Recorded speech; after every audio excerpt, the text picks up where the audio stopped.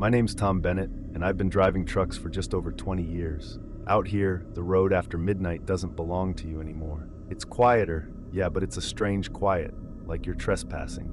This happened back in February of 2016. I had a load from Pittsburgh down to Charlotte.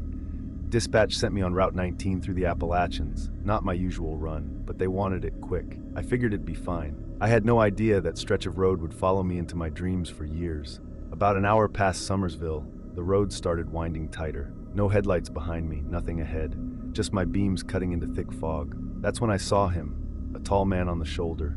No car, no bag, just standing. He had on a faded brown jacket and a baseball cap pulled low. I slowed down, thinking maybe he needed help, but the closer I got, the more wrong it felt. I couldn't make out his face, just pale skin glowing in the lights. And then, as I passed, his head turned to follow me. Not like a normal person, all at once, in one stiff motion, like his neck was on a hinge. I drove another 20 minutes trying to shake it off. Then the CB crackled. Static first, then a low voice. "You shouldn't be out here, Tom." I froze. Nobody calls me by my first name on the road. I didn't answer. Just past Gawley Bridge, movement again. Same man, same jacket, same exact spot.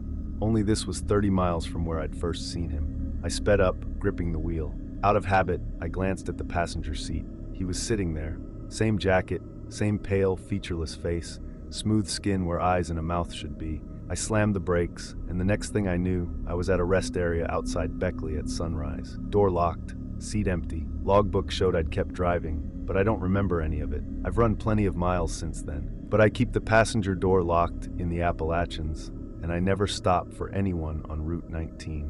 Stories like Tom's aren't rare out here.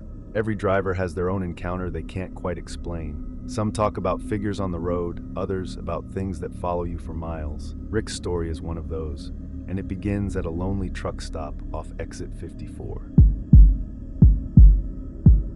My name's Rick Dawson.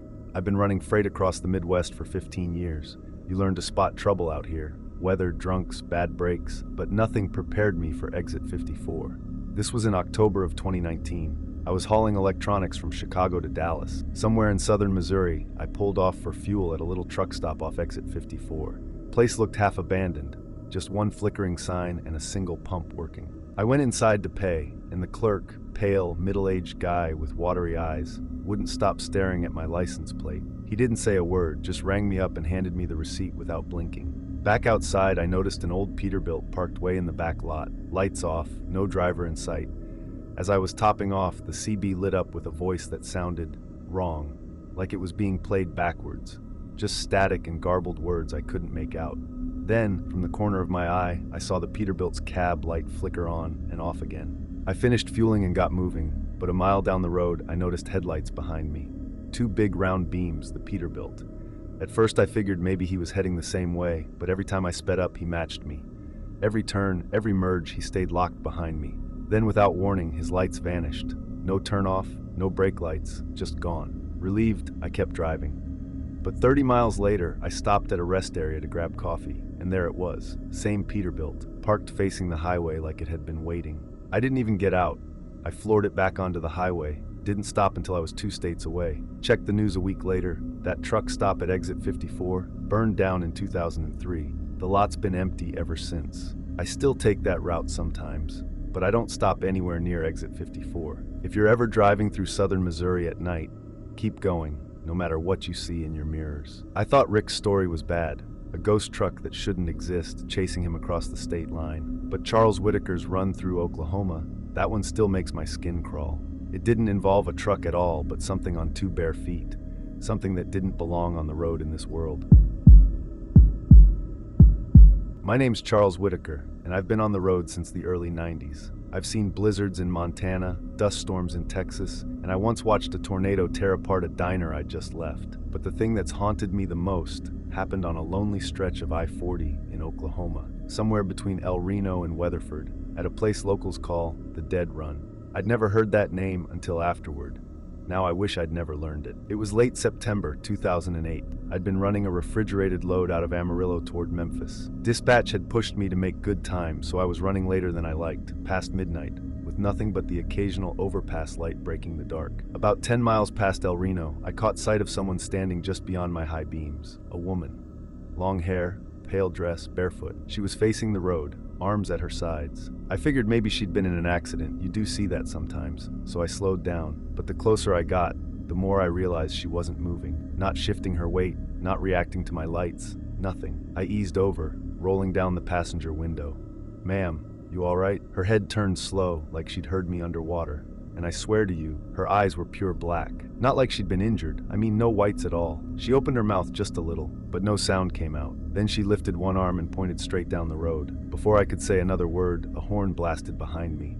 I checked my mirror, and there was a set of headlights coming up fast. I pulled forward a bit to let the car pass, but when it did, there was no driver inside, just an empty, dark interior. I looked back toward the shoulder. She was gone. Just vanished. I shook it off, told myself it was exhaustion, and kept rolling. But about 20 miles later, mile marker 117, there she was again. Same pale dress, same black eyes.